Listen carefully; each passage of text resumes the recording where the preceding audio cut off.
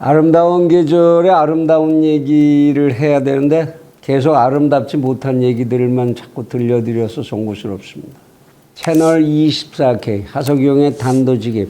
오늘은 부패의 균형이라는 얘기를 좀 해볼까 합니다. 삼라만상이 그러한 상태를 계속적으로 유지하기 위해서는 항상 이 삼라만상을 변화시키려고 하는 힘, 이 힘들의 지속적인 균형이 필요하게 마련이죠. 자연 속에서도 하나의 물질이나 물체가 고정적으로 그 위치나 그 상태를 유지하려면 화학적으로, 물리적으로 균형 상태에 있어야 합니다. 인간들이 살아가는 세상도 마찬가지죠. 우리가 살아가는 물질의 세상, 소위 경제라고 하는 것, 이것이 안정적으로 어떤 상태를 지속시키고자 한다면 그 속에는 힘의 균형이 존재해야 합니다. 그래서 자본주의 경제학에서는 끊임없이 추구하는 것이 균형이론이죠. 시장의 균형. 시장에는 가장 간단하게 얘기해서 공급자와 수요자 두 개의 힘이 존재한다고 보는데 그것이 균형을 유지해줘야 시장이 안정적으로 존재한다. 어느 지점에서 균형을 유지할 수 있을까? 이런 걸 찾는 겁니다. 모든 자본주의적 경제학 이론의 핵심에 그 균형 이론이라는 게 들어있는 거지요. 그런데 이게 부패라는 문제에 부딪혀서 생각을 해봐도 이 부패가 지속적으로 유지되기 위해서는 그것도 또한 균형을 필요로 합니다. 세상에 존재하는 여러 가지의 힘, 지배 권력부터 피통치 권력, 국민들 또한 피통치 집단이지만 하나의 권력이죠. 또는 그 권력을 구성하는 여러 개의 단위들, 교육, 문화, 사회 모든 것들이 하나의 힘으로서 이것들이 종합적으로 부패하기 위해서는 종합적인 부패의 균형이 필요합니다. 그 중에 한 구석만이라도 싱싱하게 살아있으면 이 부패는 지속적으로 유지되기 어렵습니다. 균형이 깨지게 돼 있죠. 그런데 우리 사회가 이렇게 지금 총체적 부패에 빠져서 난국 속을 헤매고 있다.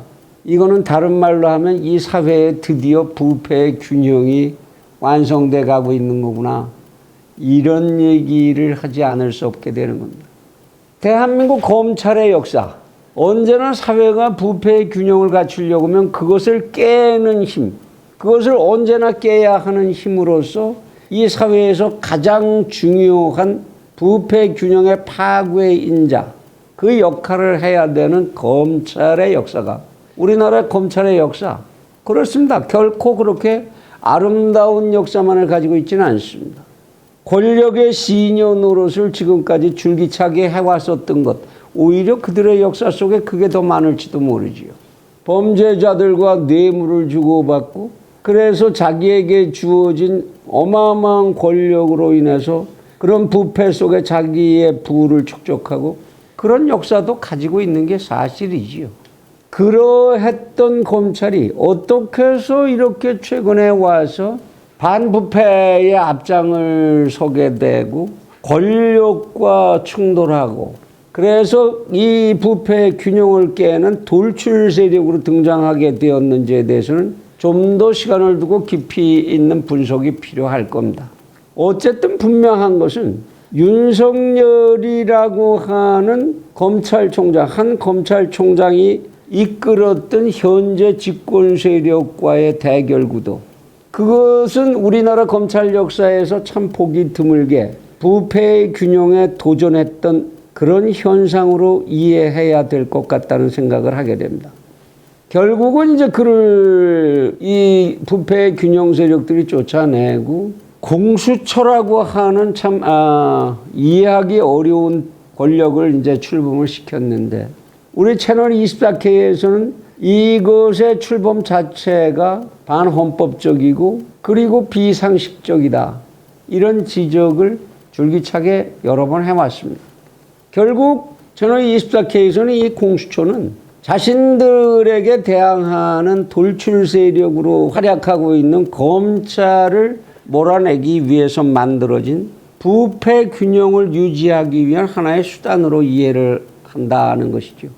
이러한 태생적인 이유 때문에 이 공수처라는 조직은 결국은 이 사회의 또 하나의 부패의 고리로서 역할을 할 수밖에 없게 될 것이다. 이것이 우리의 분석이었습니다. 그들이 다루어야 하는 사건, 범죄, 이것이 이 나라의 권력의 최고 위층을 구성하는 조직원들, 그 구성원들에 관한 것이어야 하고, 이 나라를 부패하게 하고 부조리하게 만든다면 그들이 할 수밖에 없는 거니까 결국 공수처라는 건 운명적으로 그들과 싸우든지 아니면 그들의 일부가 되든지 하는 수밖에 없다는 것, 상식 아니겠습니까? 만일 이 공수처라는 조직이 그러한 대한민국의 최고 권력들이 만들어내는 부패 균형을 깨는 세력으로 등장하려고 한다면 그들이 그 공수처를 왜 그냥 두겠습니까? 뭐하러 그걸 지속시키겠습니까? 그거 없애는 거 일도 아니지요. 국회에서 굳이 공수처 해체에 관한 특별법 이런 거 안 만들어도 얼마든지 허수아비를 만들어 버릴 수 있죠. 인적, 재정적 이런 지원을 차단하는 방법도 얼마든지 다양하게 존재할 수 있고, 검찰이라는 조직을 다시 자기들 손에 장악하면서 공수처를 무력화시키는 이런 제도적인 수법을 이용하는 것도 얼마든지 가능합니다. 권력의 입장에서 공수처장 바보 만들기, 이건 사실 어린아이 손에 있는 떡 뺏어 먹기보다 어려울 것이 전혀 없는 일이지요. 공수처 출범 후에 이제 첫 과제로 등장한 이성윤이라고 하는 중앙지검장. 이 중앙지검장을 어떻게 처리할 것이냐.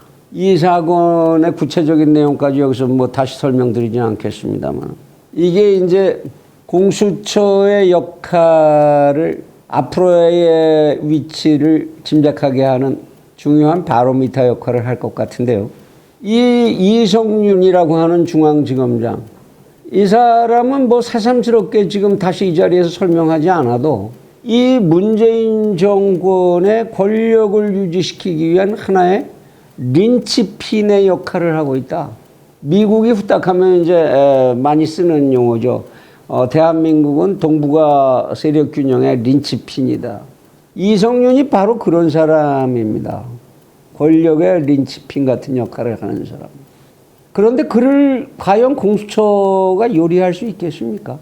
벌써 오락가락하면서 보여주는 행보, 공수처장이 범죄 혐의자를 지발로 걸어온 걸 만났던, 자신이 불러서 만났던, 기록이나 조서 아무것도 하나도 남기지도 않고 그냥 만나고 보내주고, 검찰 보고 수사는 하고 그 기소에 관한 여부는 우리가 할 테니까 우리한테 수사 끝내서 넘기라던 등, 이 도무지 앞뒤 맞지 않는 갈짓자 행보, 뭘 뜻하는 거겠습니까? 공수처장의 고뇌일지 아니면 애초부터 그런 역할을 맡으려고 작정하고 들어간 것인지, 어찌 되었건 간에 공수처가 칼날 같은 사정기관일 수 없다라는 것을 보여주는 것으로 이미 충분하지 않은가 싶습니다. 물론 이성윤이라고 하는 이 검사도, 검사장이죠. 이 사람도 자신의 이제는 개인적인 생존을 위해서도 홀가분하게 이 상황을 툭툭 털고, 그래 내가 다 책임질게 이러고, 그래 나 벌 받을 거 있으면 벌 받지 뭐, 이러고 털고 나설 수 있는 그런 입장도 이미 한참 지나친 것 같습니다. 기왕 이제 말이 나온 김에 LH 사태, 채널 24K에서도 몇 번 다뤘습니다만, 누가 과연 고양이 목에다 방울을 달겠습니까? 지금 언론에서 일부에서 LH를 해체해야 된다 이런 얘기까지 과격하게 나오곤 합니다만은, 그 총괄적인 책임 누구 보고 지라고 어떻게 책임 추궁을 하고 LH를 단죄하는 그 일을 누가 해낼 수 있겠습니까?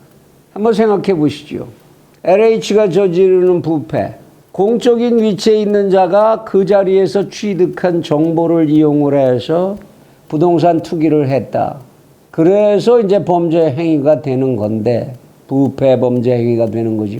그런데 공적인 자리에서 그 정보를 사전에 취득했다라는 증거를, 그 물증을 확보하는 게 쉽겠습니까? 정황 증거는 얼마든지 있을 수 있겠죠. 그런데 우리나라는 증거주의 재판에 의합니다. 그 중에서도 물증이 있어야, 정황 증거만으로는 재판할 수 없고 신뢰할 만한 물증이 있어야 범죄라고 규정을 하고 처벌을 할 수가 있죠. 쉽겠습니까? 더구나 그거를 재단해야 되는 수사기관이나 이러한 사정기관이 범죄의 균형 속에, 부패의 균형 속에 들어가 있는 세력이라고 한다면 그런 일이 일어나겠습니까? 지금 대한민국은 솔직히 몇 번 말씀드리지만 부패 균형의 인질로 잡혀 있는 그런 상태죠. 그런데 이제 지금 이 선거판에서 뭐 세상이 달라졌으면 다르게 만들자 뭐 이런 얘기들을 합니다만, 그 속에서 치러지는 이런 보궐선거, 그걸 통해서 세상이 그렇게 쉽게 달라질까요? 그 선거판에서 진행되는 과정 자체가 정의롭고 뭐 이런 것까지는 몰라도 최소한 신사적 예의라도 지켜지는 그런 현장을 좀 봤으면 좋겠는데, 그런 모습을 보신 적이 있는지 궁금합니다. 여야 어느 쪽이 이 선거에서 이기든 간에 결국 선거가 끝나고 나면 또다시 자화자찬 아니면 변명, 이것들이 홍수를 이루겠죠. 그리고 그 다음에 곧장 그 자료를 가지고 내년에 대통령 선거 쪽으로 다들 달려갈 겁니다. 이래서 내가 해야 된다, 이래서 우리가 해야 된다, 이래서 우리가 옳다, 이렇게 하면 우리가 이길 것이다, 그런 얘기들만이 넘쳐나겠죠. 아마도 대한민국은 이 보선 이후에 어떤 현상이 나오더라도 극도의 혼란의 수렁 속으로 빠지게 될 것이 거의 분명해 보입니다. 그리고 그 수렁은 부패 균형이라는 이름의 수렁, 그 모습을 벗어나지 못할 것입니다. 그러한 부패 균형이 만일 지속된다면 그 속에서 탄생한 다음 대통령, 그는 무엇을 할 수 있을까요? 그가 이러한 부패 균형을 깨려는 순간 그러한 구조 속에서 탄생한 대통령 그 자신이 기반을 잃고 무너질 수도 있는 그런 상황을 각오해야 될지도 모릅니다. 이제 우리에게 남은 과제, 우리 자신이 할 수 있는 과제, 대한민국을 둘러싸고 있는 국제적인 힘의 요동질, 이것이 우리에게 어떤 운명을 강요하게 될지 그 생각은 잠시 접어두기로 하고, 이런 속에서 우리가 할 수 있는 일은 뭐겠습니까? 오로지 정신 똑바로 차리고 이러한 부패 균형을 과감히 깰 수 있는 백마를 탄 기사를 우리 속에서 찾아내고 불러내고 일으켜 세울 수 있는 힘, 그것을 우리가 가져야 한다는 것이겠지요. 그리고 그 힘은 우리의 양심이고 우리의 이성, 우리의 건강한 상식이어야 하는 것이겠습니다. 이제 정말로 절박한 시간이 우리 앞으로 바짝 다가왔습니다. 우리가 우리 자신을 구하지 않으면 안 되는 이 부패 균형의 늪으로부터 탈출하지 않는다면 나 자신과 내 후손의 운명과 생명을 구제할 수 없다라는 이런 절박한 현실, 우리가 그 앞에 있다는 사실을 이 시점쯤에서 우리는 다시 한번 강하게 스스로 인식하고 내 주변인들과 이 인식을 공유하려는 노력을 해야 할 것 같습니다.